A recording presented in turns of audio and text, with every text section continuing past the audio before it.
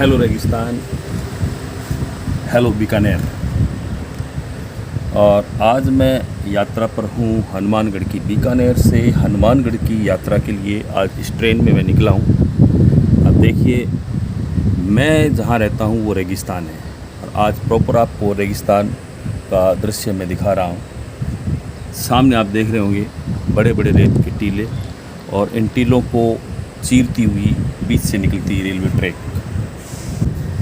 इस जगह से देखिए क्या शानदार रेगिस्तान है, आपको दिखाई दे रहा होगा। और इस रेगिस्तान की तो कहने ही क्या है।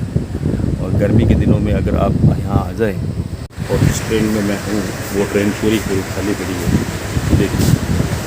और फाइनली हम पहुँच गए हैं सूरतगढ़ के रेलवे स्टेशन पर। सामने दिखाई दे रहा है, लिखा हुआ है सूरतगढ़ रेलवे जंक्शन। ये देखिए क्या भव्य रेलवे जंक्शन है यहाँ का। ये राजस्थान की शान और शौकत ही है कि यहाँ के रेलवे स्टेशन भी अपने आप में बहुत ही सुंदर और आकर्षक प्रतीत होते हैं। सामने देखिए ये खड़ी है मालगाड़ी जिसमें कोयला लदा हुआ है। हमारी गाड़ी हनुमानगढ़ की ओर बढ़ेगी। कितना सुंदर दृश्य आपको दिखाई दे रहा है। प्लेटफॉर्म नंबर 1, कृपया ध्यान दीजिए, बीकानेर जंक्शन भटिंडा के रास्ते जोधपुर से आने वाली फिरोजपुर कैंट अमृतसर के रास्ते जम्मू तवी को जाने वाली प्लेटफॉर्म नंबर 1। गर्मी आज बहुत ज़्यादा है, लेकिन फिर भी यात्रा करनी पड़ रही है। ये आप जो स्टेशन देख रहे हैं ये आ गया है पीलीभंगा। और गाड़ी का ठहराव यहाँ थोड़ा ही होता है।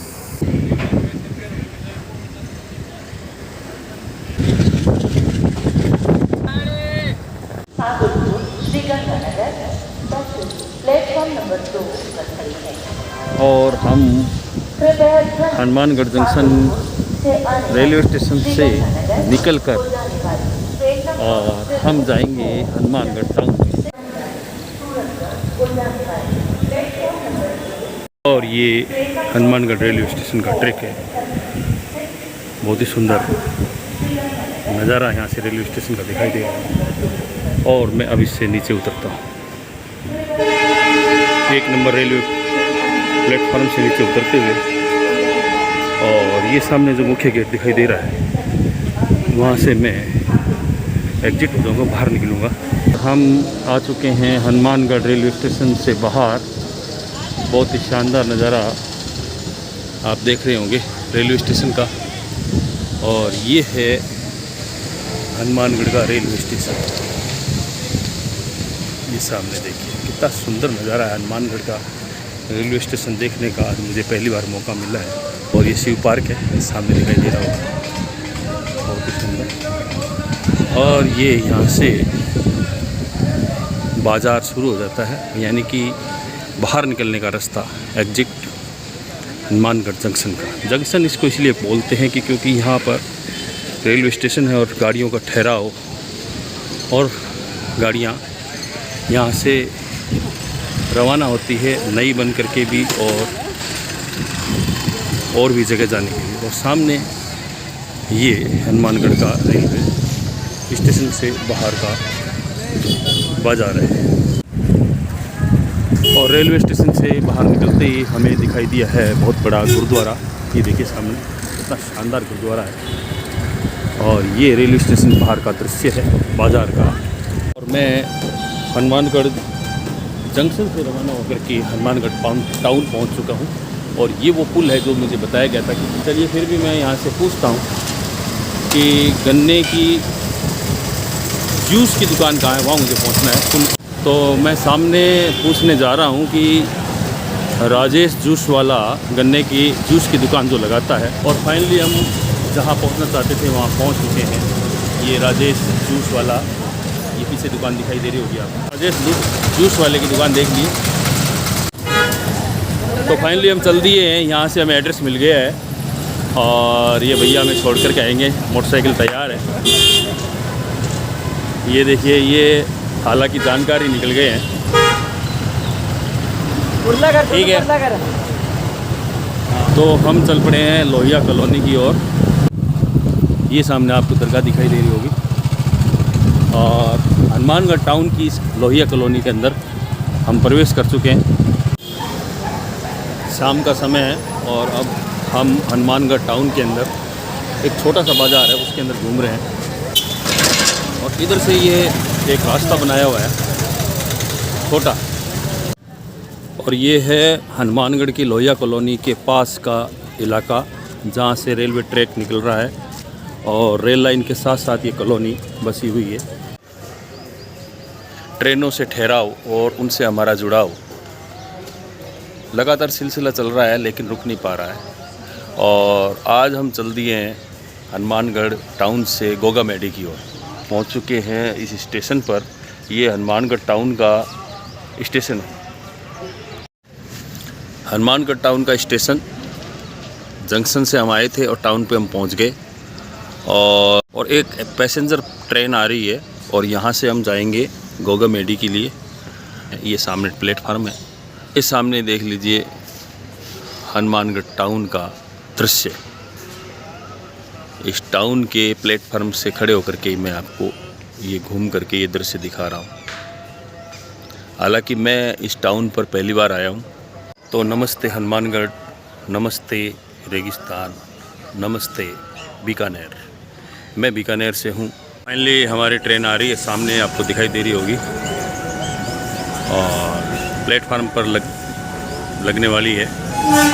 पैसेंजर ट्रेन है और इसी ट्रेन से हम रवाना होंगे गोगा मेडी की ओर। ये देखो,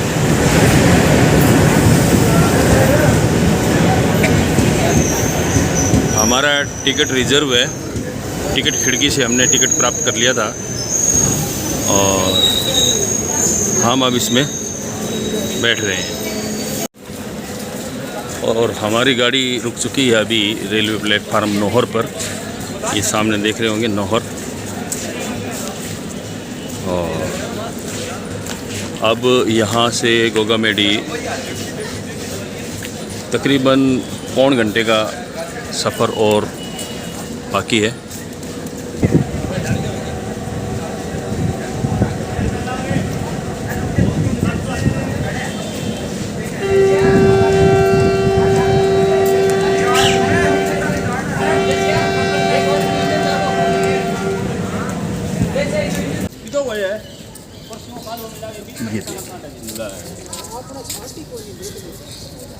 ये गोगा मेडी का रेलवे स्टेशन है जहाँ से हम उतर कर अब गोगा मेडी के लिए रवाना हो चुके हैं। और फाइनली हम गोगा मेडी कस्बे के अंदर से होकर के निकल रहे हैं। अब जा रहे हैं गोरख किले की तरफ।